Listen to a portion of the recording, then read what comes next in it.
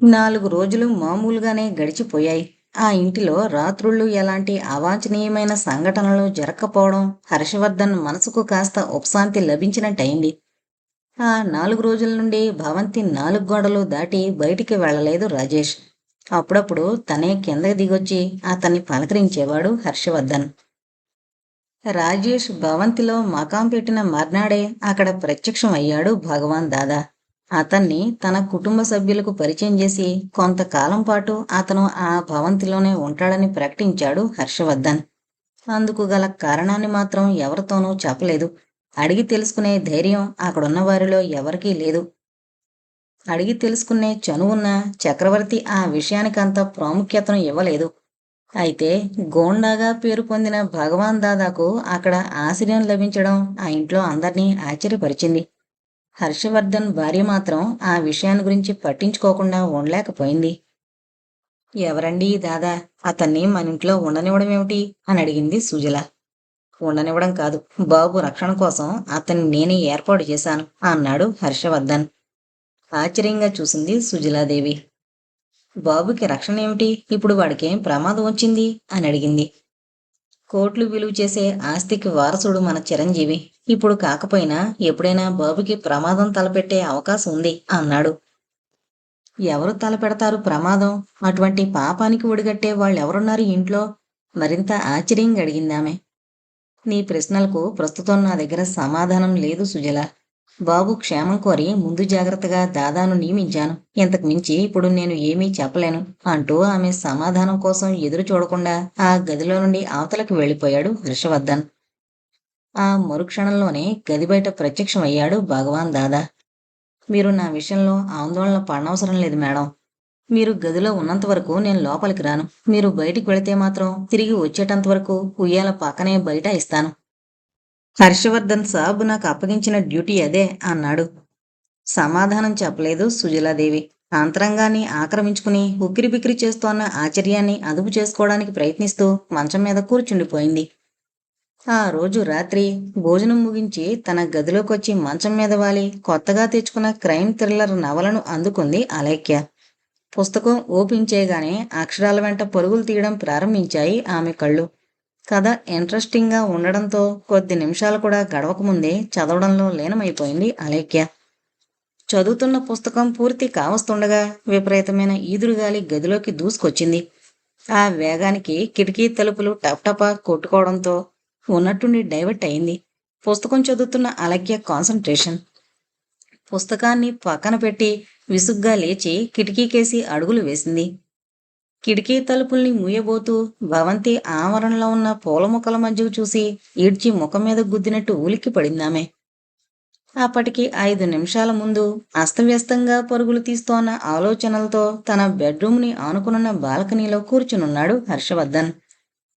తను రూంలోనే ఉన్నాడు కాబట్టి పగలంతా గది ముందు నిలబడిన భగవాన్ దాదాను విశ్రాంతి తీసుకోమని చెప్పి పంపేశాడు. ఎంత ప్రయత్నించినా నిద్ర పట్టడం లేదు అతనికి.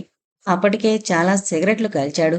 కాల్చి కాల్చి పెదాలు మంట పుట్టడం తప్ప మస్తిష్కాన్ని ఆక్రమించుకున్న అతని ఆలోచనలు ఒక దారికి రావడం లేదు.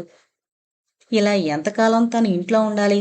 ఫ్యాక్టరీకి వెళ్ళి 10 రోజుల పైన అయింది. అక్కడ పరిస్థితులు ఎలా ఉన్నాయో భ్రమర మీద తనకు పూర్తి నమ్మకం ఉంది. తను లేకపోయినా బిజినెస్ని సక్రమంగా నిర్వహించే సామర్థ్యం ఉంది ఆమెకు. అయినా ఈ పరిస్థితుల్లో తనకు బిజినెస్ ముఖ్యం కాదు, బాబు ప్రాణాలు. వాడికి ఎలాంటి ఆపద వాటిల్లదని పూర్తి నమ్మకం చిక్కిన తర్వాతనే తను ఇంటి నుంచి బయటికి కదలడం జరుగుతుంది. ఎలక్ట్రానిక్ వాల్ క్లాక్ రథమిగ్గా మోతలు చేయడంతో చెల్లాచెదురయ్యాయి హర్షవర్ధన్ ఆలోచనలు. అప్రయత్నంగా తల తిప్పి వాల్ క్లాక్ కేసు చూశాడు. 12 గంటలను సూచిస్తోంది. అప్రయత్నంగా ఉలిక్కి పడ్డాడు హర్షవర్ధన్. ఎంత అదుపు చేసుకుందామన్నా ఆకుండా వేగంగా కొట్టుకోవడం ప్రారంభించాయి అతని గుండెలు. గత కొద్ది రోజులుగా అర్ధరాత్రి అయ్యిందంటే చాలు అదే పరిస్థితికి గురవుతున్నాడతను. ఏదో తెలియని భయం ఆవహించుకుంటోందతన్ని.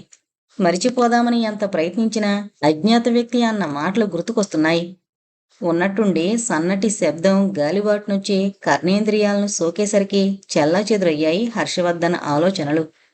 చెవులు రిక్కించి వింటూ శబ్దం వచ్చిన దిశగా తల తిప్పి బాల్కనీలో నుండి భవంతి ఆవరణలో ఉన్న గార్డెన్లోకి తొంగి చూశాడు. ఒత్తుగా వ్యాపించున్న పూ పొదల మధ్య నుండి అస్పష్టమైన కదలికలు కనిపించాయి అతనికి. జలధరించింది అతని శరీరం. చేతి వేళ్ల మధ్య నలుగుతున్న సిగరెట్ జారి కింద పడిపోయింది. దిగజారిపోతున్న ధైర్యాన్ని కూడగట్టుకుంటూ లేచి రివాల్వర్ పుచ్చుకుని గదిలోంచి బయటకు నడిచాడు హర్షవర్ధన్. అతివేగంగా మెట్లు దిగి కిందకొచ్చాడు. నిశ్శబ్దంగా ఉంది కింద హాలు. ఎక్కడి వాళ్ళక్కడ నిద్రపోతున్నారు. ఆ సమయంలో మేల్కొనున్నది, నిశాచరుల్లా తిరుగుతున్నది తను ఒకడే అనుకున్నాడు హర్షవర్ధన్. నీడల మరో ఆకారం తనను అనుసరించడం అప్పుడే ప్రారంభించిందన్న సంగతి అతనికి తెలీదు.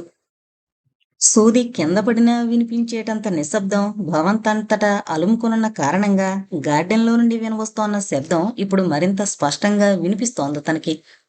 అడుగులో అడుగు వేసుకుంటూ ముఖద్వారాన్ని సమీపించి తలుపులు తెరిచాడతను. రివాల్వర్ను స్టడీగా పుచ్చుకొని పోర్టికోలోకొచ్చి చుట్టూ చూశాడు. పూల మొక్కల్లో ఏర్పడిన కదలిక ఇప్పుడు కనిపించడం లేదు. వినిపించిన శబ్దం కూడా ఉన్నట్టుండి ఆగిపోయింది. ఆశ్చర్యంగా ఉంది అతనికి. క్షణం ఆలోచించి ఏదైతే అదయిందనుకుని పూల మొక్కలకేసి అడుగులు వేశాడు హర్షవర్ధన్. ఏ క్షణంలోనైనా గర్జించడానికి సిద్ధంగా ఉంది అతని చేతిలోని రివాల్వర్. అయితే చీకటి భూతంలాంటి నల్లటి ఆకారం ఒకటి శబ్దం కాకుండా వినిపించినంత జాగ్రత్తగా అడుగులు వేస్తూ తనను అనుసరిస్తూ వస్తుందని అతనికి తెలీదు. కిటికీ తలుపులు మూస్తున్న అలేఖ్య కంటబడింది ఆ దృశ్యం. అదిరిపడింది అలేఖ్య. విపరీతమైన భయంతో కెవ్వు నరిచింది. అరుపు వింటూనే ఉలిక్కి పడుతూ చివ్వున వెనుతిరగబోయాడు వర్ధన్. కాని అప్పటికే జరిగిపోయింది ఆలస్యం. హర్షవర్ధన్ని అనుసరిస్తోన్న ఆకారం కూడా విన్నది ఆ అరుపును.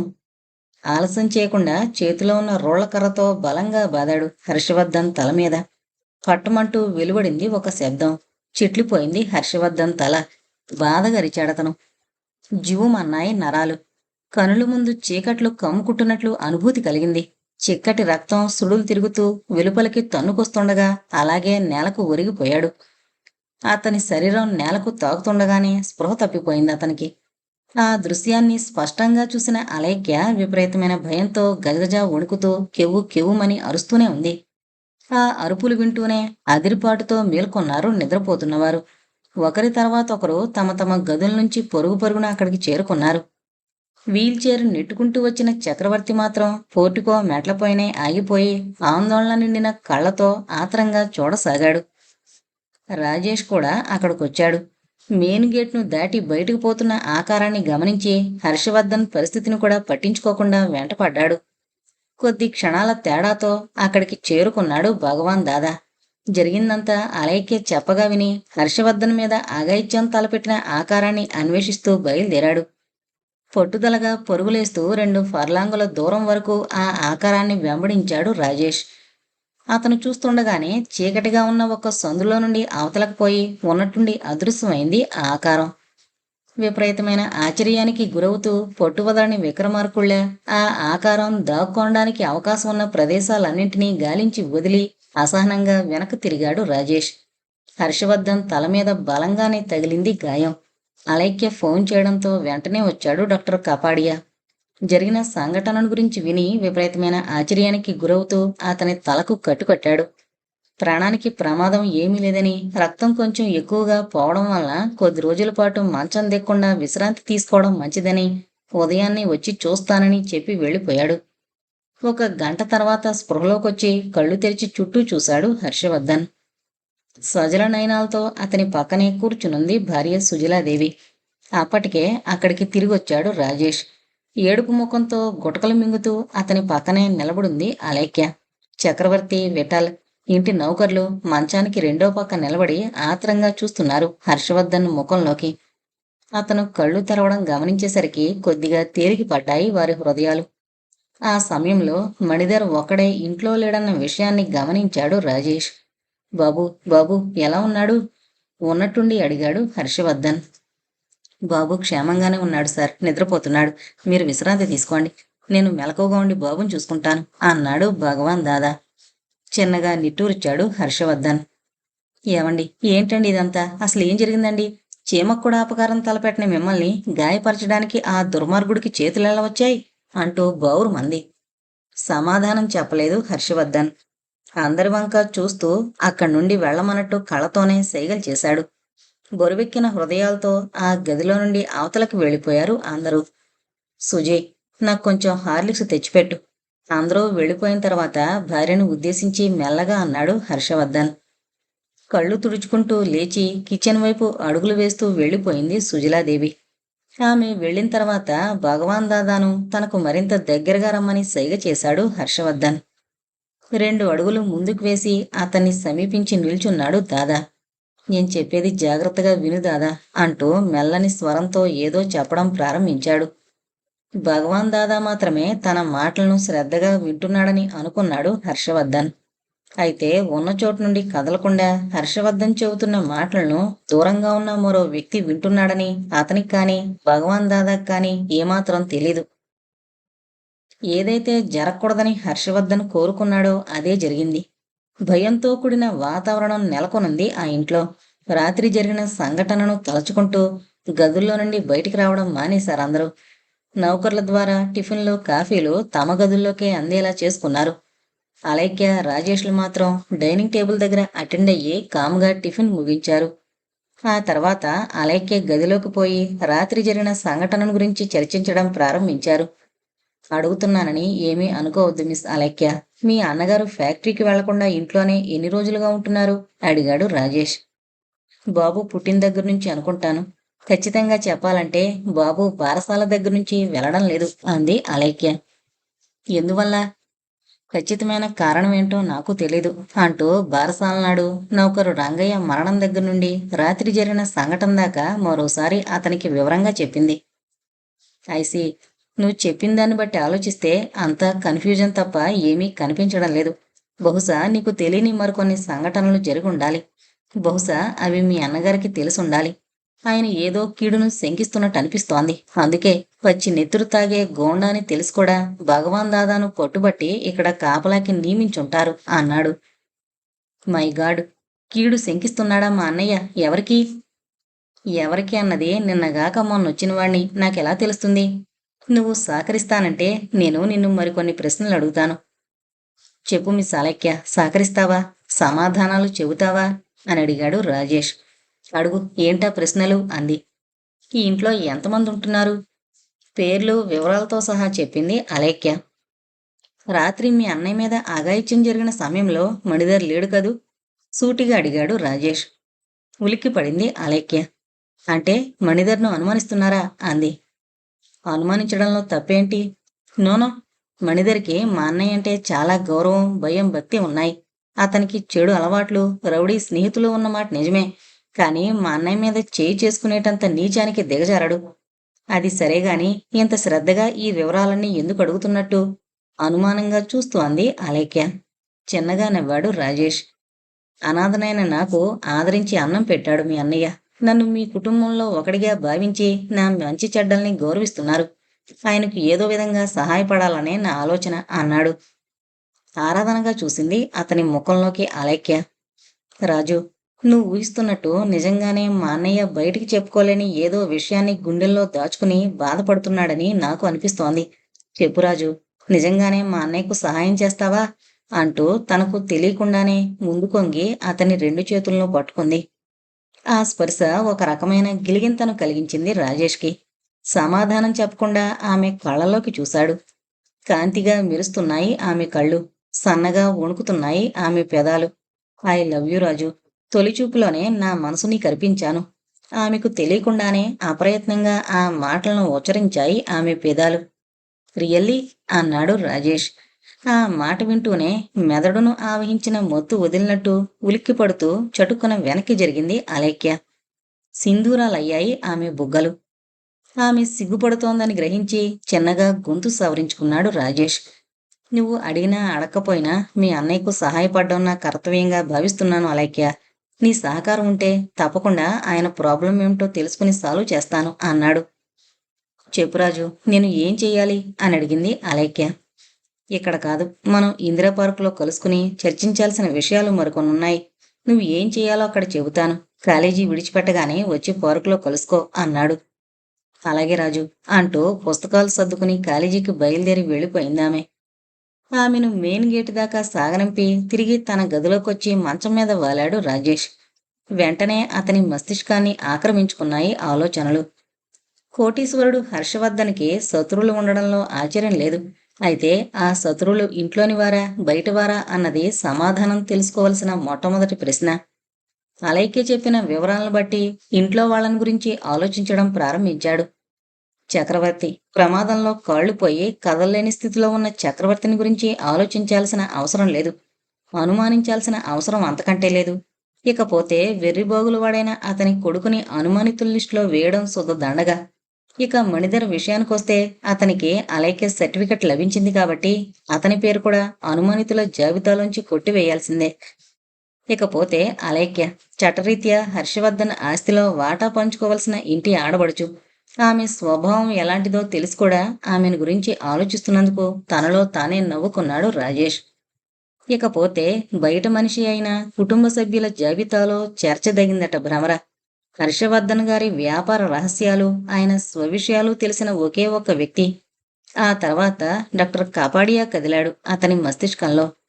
అక్కడి నుండి వ్యాపారంలో హర్షవర్ధన్ గారి చిరకాల ప్రత్యర్థైన నరేన్ భూపతి. హర్షవర్ధన్ పతనం వల్ల అన్ని విధాలా లాభం పొందే ముఖ్యమైన వ్యక్తి అతనే. సో భ్రమర, కపాడియా, నరేన్ భూపతి ఈ ముగ్గురులో ఎవరో ఒకరు ఖచ్చితంగా హర్షవర్ధన్ గారిని సమస్యల వలయంలో ఇరికించి ప్రయోజనం పొందేందుకు ప్రయత్నిస్తూ ఉండాలి. ఏది ఏమైనా ఆ సాయంత్రం ఇందిరా పార్కులో అలైక్యను కలుసుకుని మరికొన్ని వివరాలు తెలుసుకోవాలి. ఆ తర్వాతనే మిగతా విషయాలను ఆలోచించాలి అనుకుంటూ మస్తిష్కంలోని ఆలోచనలను బలవంతంగా అవతలకు నెట్టాడు రాజేష్. ఆలోచిస్తుండగానే మధ్యాహ్నం 12 గంటలయింది టైము. నౌకరొచ్చి భోజనానికి రమ్మని పిలిచాడు. భోజనం చెయ్యాలనిపించలేదు అతనికి. నౌకర్ను కాస్త మజ్జిగ తెచ్చిపెట్టమని చెప్పి తాగి హర్షవర్ధన్ని పలకరించేందుకు మేడ మీదకి వెళ్ళాడు. దగ్గరగా మూసి ఉన్నాయి బెడ్రూమ్ తలుపులు. గది బయట నిలబడున్నాడు భగవాన్ దాదా. అతన్ని చూడగానే హర్షవర్ధన్ని పలకరించాలన్న ఆలోచనను విరమించుకుని వెనుతిరిగాడు రాజేష్. వెనక నుండి భగవాన్ దాదా తనను అనుమానంగా చూస్తున్నాడన్న సంగతి అతనికి తెలుసు. అంతులేని సమస్యలు హఠాత్తుగా మీదపడి దాడి చేస్తే మనిషి నిలువున కుంగిపోక తప్పదు. ప్రస్తుతం అలాంటి పరిస్థితే హర్షవర్ధన్ది. బిజినెస్ పరంగా ఎన్నో ఆటుపోట్లు భరించి అభివృద్ధి సాధించిన అతనికి సమస్యలు ఎదురైనప్పుడు ఓపిగ్గా నేర్పుగా వ్యవహరించాలన్న సంగతి తెలుసు. లేకుంటే సమస్యలను సృష్టించి దెబ్బతీయాలని ప్రయత్నించే ప్రత్యర్థి క్షణక్షణానికి తన బలాన్ని పెంచుకుంటూ పోతాడన్న సంగతి కూడా అతనికి బాగా తెలుసు. తెలిసి కూడా మానసిక వ్యధను దూరంగా తరిమికొట్టలేకపోతున్నాడు అతను. ఎప్పుడు ఏ అఘాయిత్యం జరుగుతుందోనన్న ఆందోళనతో తల్లడిల్లిపోతున్నాడు. సరిగ్గా అటువంటి అవకాశం కోసమే ఎదురు చూస్తున్నాడు నరేన్ భూపతి. ఎప్పటికప్పుడు తన మనుషుల ద్వారా హర్షవర్ధన్ ఇంటి సంగతుల గురించి తెలుసుకుంటూ అతని వ్యాపారాన్ని దెబ్బతీసి అతన్ని అధపాతాళానికి అణగదొక్కడానికి మాస్టర్ ప్లాన్ వేస్తున్నాడు. సరిగ్గా మధ్యాహ్నం 3:30 గంటల సమయంలో తన అనుచరులను గదిలోకి పిలిపించి తన మాస్టర్ ప్లాన్ తాలూకా వివరాలను వినిపించి చేయవలసిన దాని గురించి 1కి 10 సార్లు నూరిపోశాడు. అరగంట తర్వాత వాళ్లను పంపి గదిలోంచి బయటికి నడిచాడు నరేన్ భూపతి. అతను గది ద్వారాన్ని దాటకముందే జీవం పోసుకుని మ్రోతలు చేయడం ప్రారంభించింది టేబుల్ మీద టెలిఫోన్. వెనుతిరిగి టేబుల్ను సమీపించి రిసీవర్ అందుకున్నాడు. వెంటనే రిసీవర్లో మృదువుగా వినిపించింది ఒక స్త్రీ కంఠం. ఎస్ స్పీకింగ్ అన్నాడు. గుడ్, మన ప్లాన్ ప్రకారం అంతా సవ్యంగా జరుగుతుందని అనుకుంటున్నాను అన్నాడు గంభీరంగా. ష్యూర్, తప్పకుండా జరుగుతుంది కానీ అంటూ ఏదో చెప్పింది అవతల వైపు నుండి మాట్లాడుతున్న స్త్రీ. వింటూనే సాలోచనగా ముడిపడ్డాయి నరేన్ భూపతి కనుబొమ్మలు. కొత్తవాడా, వచ్చి ఎన్ని రోజులైంది అని అడిగాడు. ఇంకా 1 వారం పూర్తి కాలేదు. ఆల్ రైట్, వాడి సంగతి నేను చూసుకుంటాను. నువ్వు మాత్రం నీ పని జాగ్రత్తగా పూర్తి చేయి. జాగ్రత్త, హెచ్చరిస్తున్నట్టు అన్నాడు నరేన్ భూపతి. అలాగే. అవతల వైపు డిస్కనెక్ట్ అయింది ఫోను. రిసీవర్ క్రెడిల్ చేశాడు నరేన్ భూపతి. బయటికి వెళ్లే ఆలోచనను విరమించుకుని కుర్చీలో కూర్చుని సిగరెట్ వెలిగించుకున్నాడు. గుప్పు గుప్పుమని పొగను పీల్చి వదులుతూ ఆలోచించడం ప్రారంభించాడు. అతని క్రిమినల్ మైండ్ను ఆక్రమించుకున్నాడు ఒక యువకుడు. అతన్ని అడ్డు తొలగించుకోవడానికి తన మెదడుకు పదును పెడుతున్నాడు నరేన్ భూపతి. నేరాలు చేయడం వేరు, చేయించడం వేరు, రెంటికి చాలా తేడా ఉంది. క్రిమినల్ మైండ్ కలిగిన మేధావులు తమ చేతికి మట్టి అంటుకోకుండా ఉన్న చోటు నుండి అంగుళం కూడా కదలకుండా ఎటువంటి అరాచకాలైనా సృష్టిస్తారు. వెలిగించిన సిగరెట్ పూర్తిగా కాలేలోపునే ఎన్ని ప్రాణాలైనా తీయిస్తారు. ఈ విషయంలో డబ్బు వారికి అండగా ఉంటుంది. ఆ డబ్బు సంపాదించి పెట్టిన పలుకుబడి వారికి ముసుగులా ఉపయోగపడుతుంది. ప్రస్తుతం అటువంటి పథకాన్ని గురించే ఆలోచిస్తున్నాడు నరేన్ భూపతి. అతని ఆలోచనలు ఒక దారికొచ్చేసరికి 4:30 గంటలయింది టైము.